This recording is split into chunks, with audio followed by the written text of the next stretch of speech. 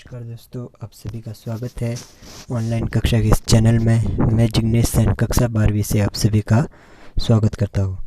तो जैसा कि आप सभी जानते हैं, हम पढ़ रहे हैं हिंदी साहित्य में अलंकार टॉपिक, और अलंकार टॉपिक हमारे कुल 8 नंबर का है और इस बार हमारे कुल 5 अलंकार है जिनका हमें अध्ययन करना है।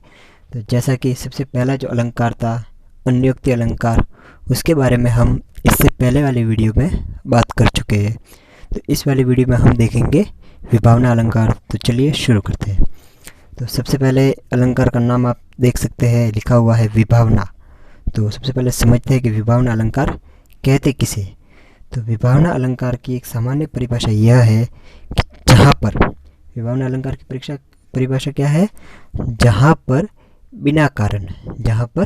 बिना कारण या विपरीत कारण के कार्य होता हो, या तो बिना कारण के या फिर विपरीत कारण के कोई कार्य होता है, वहाँ पर विभावना अलंकार होता है। जैसे कि आप देख सकते हैं लिखा हुआ विभावना, तो इस वी को हम मान लेते हैं विपरीत। वी को हमने क्या माना, विपरीत, अर्थात विपरीत या फिर बिना, यानी कि विपरीत या बिना कारण के जो कार्य होता है या जहाँ पर कार्य होने का वर्णन हो, वह विभावना अलंकार होता है। तो सबसे पहले हम इसकी परिभाषा देख लेते हैं। इसकी परिभाषा आप सभी नोट कर सकते हैं। जहाँ बिना कारण, जहाँ पर बिना कारण या फिर जहाँ पर बिना कारण के अथवा यहाँ पर बिना कारण के अथवा विपरीत, या तो कारण ही गलत हो, या मतलब जो उससे रिलेटेड नहीं, उससे उल्टा कोई कारण हो, वहाँ तो हो गया विपरीत, या फिर बिना, यानी कोई कारण नहीं है फिर भी वो कार्य हो रहा हो, अर्थात जहाँ बिना कारण के अथवा विपरीत कारण के कार्य होने का वर्णन हो, विपरीत कार्य के होने का वर्णन हो, वहाँ पर विभावना अलंकार होता है। तो आप सभी को इसकी परिभाषा याद करने का सबसे अच्छा तरीका ये होता है कि पहले आप उस अलंकार के शब्द को अच्छे से समझ लीजिए। जैसे कि आपने अगर एक बार उस शब्द को अच्छी तरह से अपने दिमाग में बिठा लिया कि वो शब्द क्या है, उसका अर्थ क्या निकल रहा है, तो आपको उसकी परिभाषा आप अपने मन से भी बना के लिख सकते हैं। जैसे कि अब ये जो शब्द है उसका विभावना है, तो यहाँ अगर आप वी से याद रख ले विपरीत, वी से आपको क्या याद रखना है, विपरीत। अगर आपको ये याद रह गया वी से विपरीत, तो आप परीक्षा में अगर आप समझ लीजिए ये अलंकार भूल भी गए हो और अगर आपको शब्द अच्छी तरह से याद है, तो आप इसकी परिभाषा बना सकते हैं। जैसे कि वी से आपको याद होगा विपरीत, तो आप लिखेंगे जहाँ पर विपरीत या बिना कारण के कार्य हो रहा हो, वहाँ पर विभावना अलंकार होता है। ये तो बात होगी इसकी एक सामान्य परिभाषा की। अब इसके बाद हम इसका उदाहरण भी याद कर लेते हैं, क्योंकि हमें इस बार प्रश्न जो दिया जाएगा वो 2 से 3 जो प्रश्न आएंगे वो तो 1-1 नंबर के आएंगे, और इसके अलावा एक प्रश्न 4 नंबर का बड़ा वाला आएगा। तो जो बड़ा वाला प्रश्न आएगा उसके अंदर हमें कोई अलंकार पूछ लिया जाएगा, तो उसके बारे में हमें उसकी परिभाषा तथा उस अलंकार के 2 से 3, कम से कम 2 तो आपको उदाहरण देने ही चाहिए उसके, तो आपको वहाँ पर 4 में से 4 नंबर मिलने की संभावना होती है। और अगर आप उसमें से एक अलंकार का सिर्फ एक ही उदाहरण दे देंगे तो वो फिर उतना सही नहीं होगा। तो चलिए इसके उदाहरण की बात कर लेते हैं। तो इसका उदाहरण है निंदक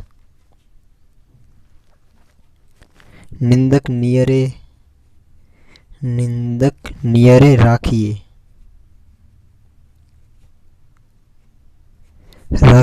आंगन कुटी चवाए, आंगन कुटी चवाए। निंदक नियरे राखिए आंगन कुटी चवाए, बिन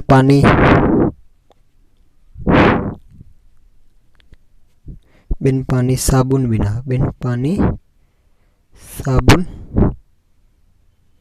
बिना निर्मल करे सुभाए,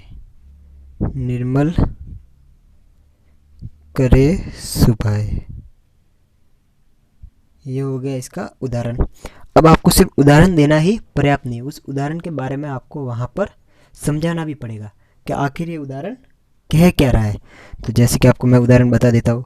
उदाहरण लिखा हुआ है निंदक। निंदक का अर्थ होता है निंदा करने वाला।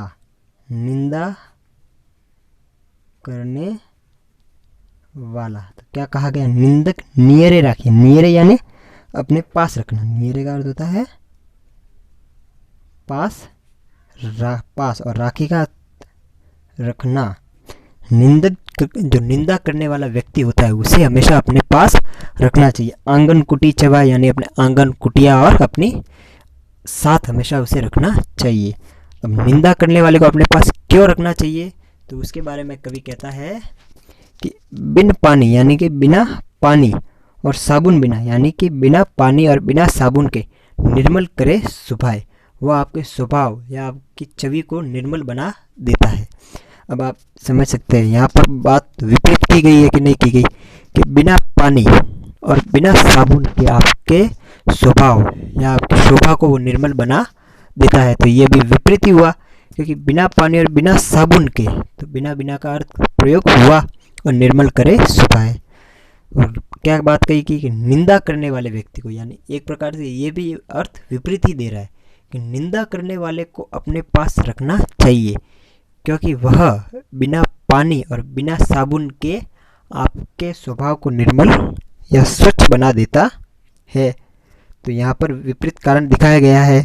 आप इसके नीचे थोड़ा सा लिख सकते हैं कि बिना साबुन और बिना पानी के स्वच्छ होने की बात बताई गई है। ये तो हो गया उसका उदाहरण एक। अब एक और उदाहरण की बात कर लेते हैं। तो हम दूसरा उदाहरण भी देखते हैं इसके बारे में। तो दूसरा उदाहरण है पद बिनु। पद बिनु चले, चले सुने बिनु कान। पद बिनु चले सुने बिनु काना। पद बिनु चले सुने बिनु काना। कर बिनु, कर बिनु कर्म करे विधि नाना। करे विधि नाना। तो क्या है, पद बिनु चले सुने बिनु काना, कर बिनु कर्म करे विधि नाना। तो यहाँ पर जो है वो निराकार ईश्वर, यानी कि जिसका कोई रूप रंग नहीं होता, जिसे हम सिर्फ अनुभव कर सकते हैं, उस निराकार ईश्वर के बारे में वर्णन किया गया है। तो उसके बारे में बताया गया है, वह बिना पैरों के चलता है, बिना कानों के सुनने वाला।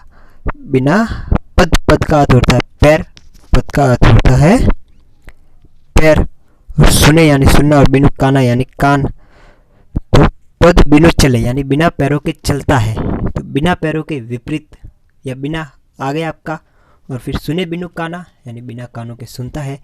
करे बिनु कर्म, करे बिनु कर्म करे विधि नाना।